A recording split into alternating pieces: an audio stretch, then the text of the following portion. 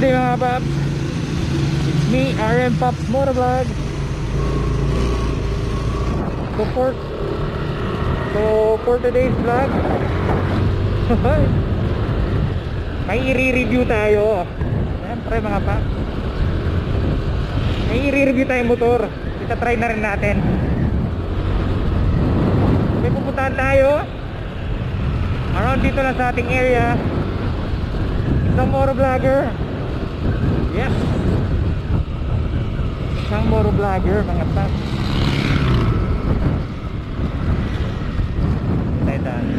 Surga tayo. Woohoo! Infinity!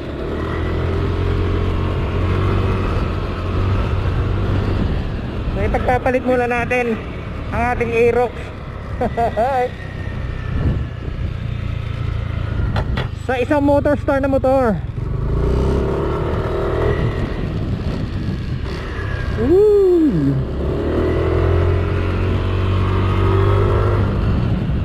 Yung mga paps, tama kayo.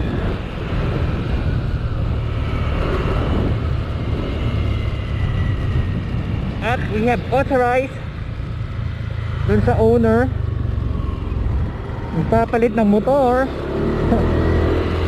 Luging-lugi, di ba? Yun ang mga paps, sulit yun. Grabe, Motorstar sa Yamaha. Wait nyo paps, puntahan muna natin siya at nang malaman nyo at nang malaman din natin syempre.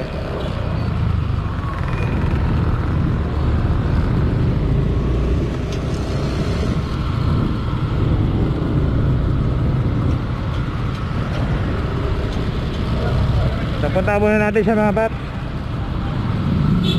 Balikan ko kayo.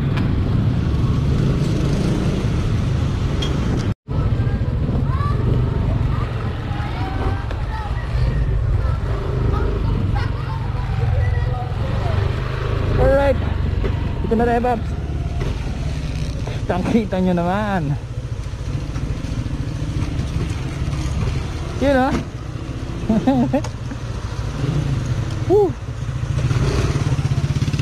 Takas hindi pa pala.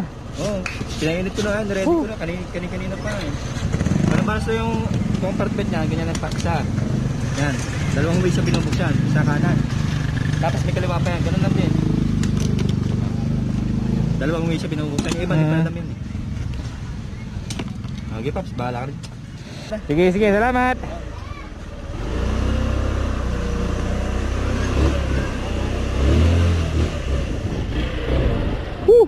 Ito na mga paps.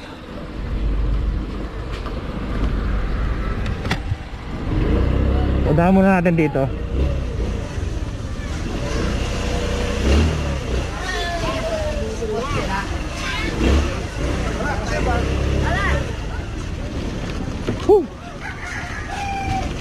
Siyempre, eko. May authorize tayong i-review to. Solid. Naninibago ako men.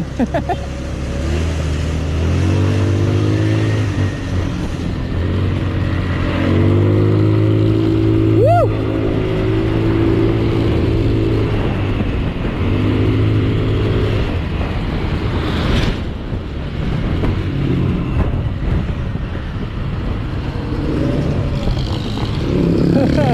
NMAX look. Oh Pops, ano masasabi mo?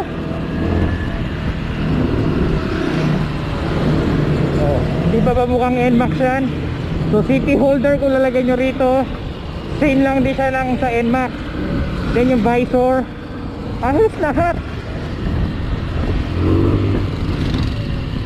Card type siya mga paps, with dick. Diba? Yun na yung pagkakaiba din na nila.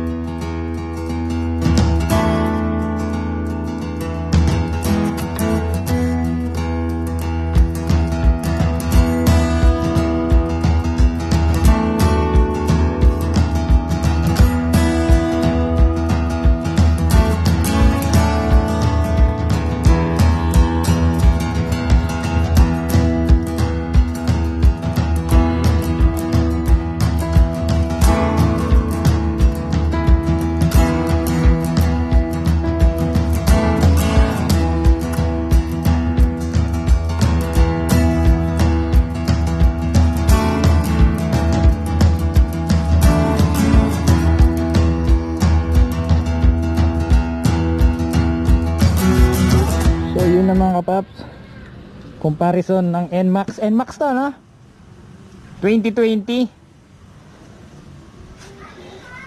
sa Easy Ride 150N ng Motorstar. Stig ang diferensya at pagkakaiba niya mga paps. Same na same.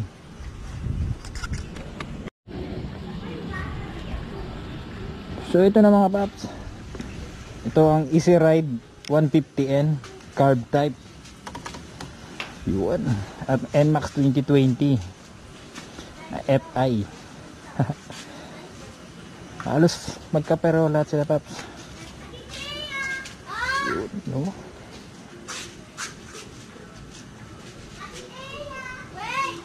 About sa panel gauge,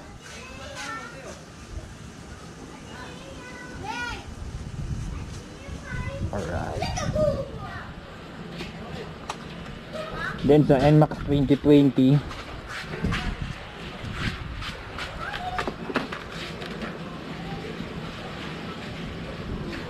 yun. So sa NMAX 2020 talaga ayos. Open mo, engine check, fuel, yun. 2 buttons. Yan. So ito na porma na to. So ito may mga upgrade na sa rito. So compare naman sa Clown ng Motorstar, ito, start natin. Wow. So mas wide ang kanyang panel. Then may 2 buttons also para sa mga trip. Yan, odometer. Then sa time. So about sa CP holder ng NMAX at sa Easy Ride 150N, almost the same sa kaha, sa lahat. So yung kinaganda ng Easy Ride na to, meron na siya agad na pass light na diretso nakakabit. Then meron din siyang kill switch, diba? Astig. About naman sa fuel, sabi ng owner it's 8 liter ang sa Easy Ride, compare sa NMAX na I think it's 4 liter. Mas malaki sa Aerox natin mga paps. So almost the same sa kaha, sa seat height, hanggang sa handlebar nya, sa manubela. Yan, no?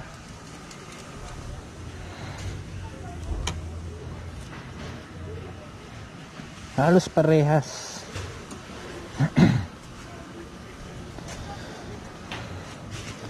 So ito FI ang ating NMAX.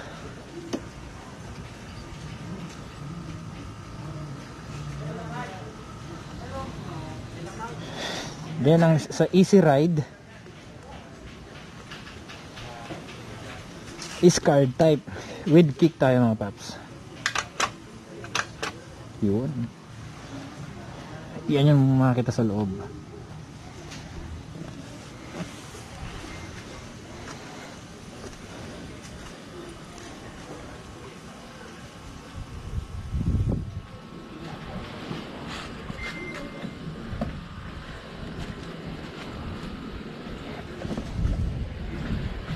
So same din, meron din siyang USB charger. Ito, wala. So meron na siya agad na built-in USB charger sa Easy Ride. So parehas na parehas sa NMAX. Tanggalin lang ang mga sticker ng Motorstar.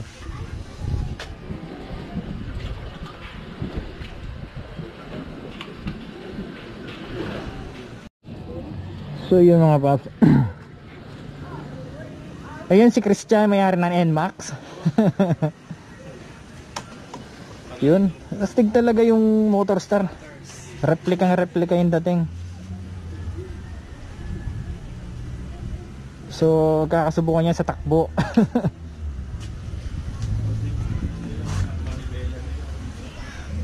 Almost the same talaga.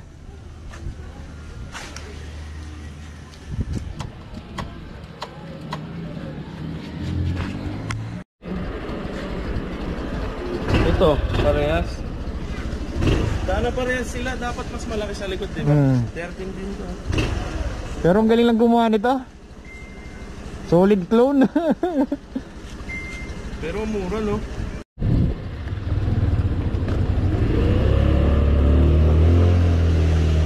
So yun Paps, pinag-compare natin sa NMAX. So meron pa rin mga iba na pagkakaiba at pagkakaparehas. Sa panel gauge medyo ito okay siya tignan, malaki pre. Then nabot pala sa gulong, mas maliit pala to kaysa sa NMAX. So dahil carb type siya kaya maingay siya, head stock siya. Pakinggan niya mga Paps.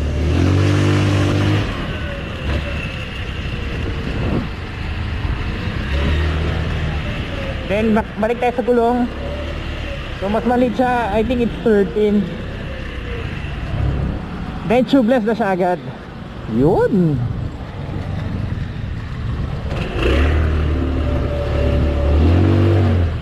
Almost the same kahit sa pag-upo mo, sa upuan, paghawak ng handlebar.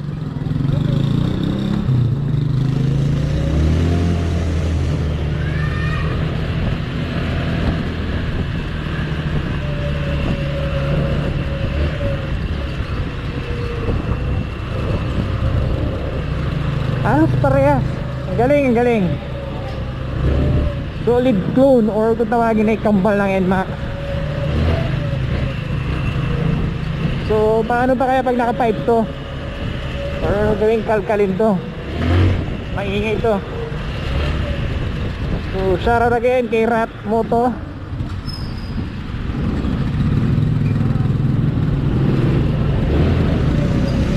Dapat magamit ng kanyang Easy Ride 150N ng Motorspar. Ang bangis. Nakakatuwa talaga, oh. So sunod, i-top speed naman natin sila with NMAX. Hanap tayo ng mga tropang NMAX dyan.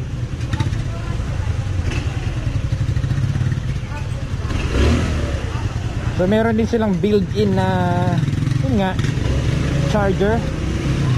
Sa NMAX wala. Sa NMAX wala. Fast light, maganda.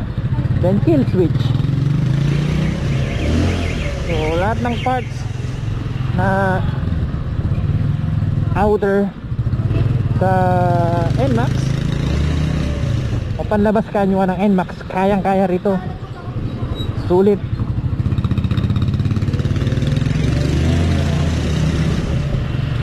Sunod, top speed natin to.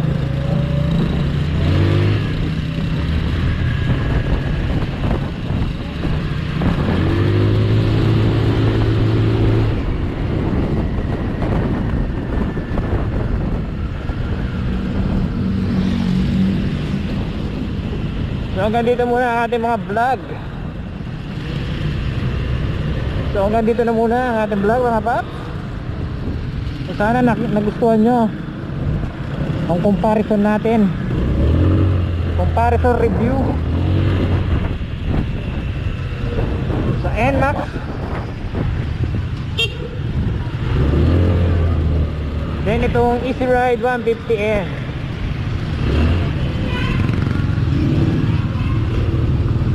Sarap gamitin, panalong panalo. So kung bago kayo sa aking channel mga Paps, please like, share, and subscribe tayo. Then click the notification, then click the bell para updated tayo or kayo mga upcoming vlog natin.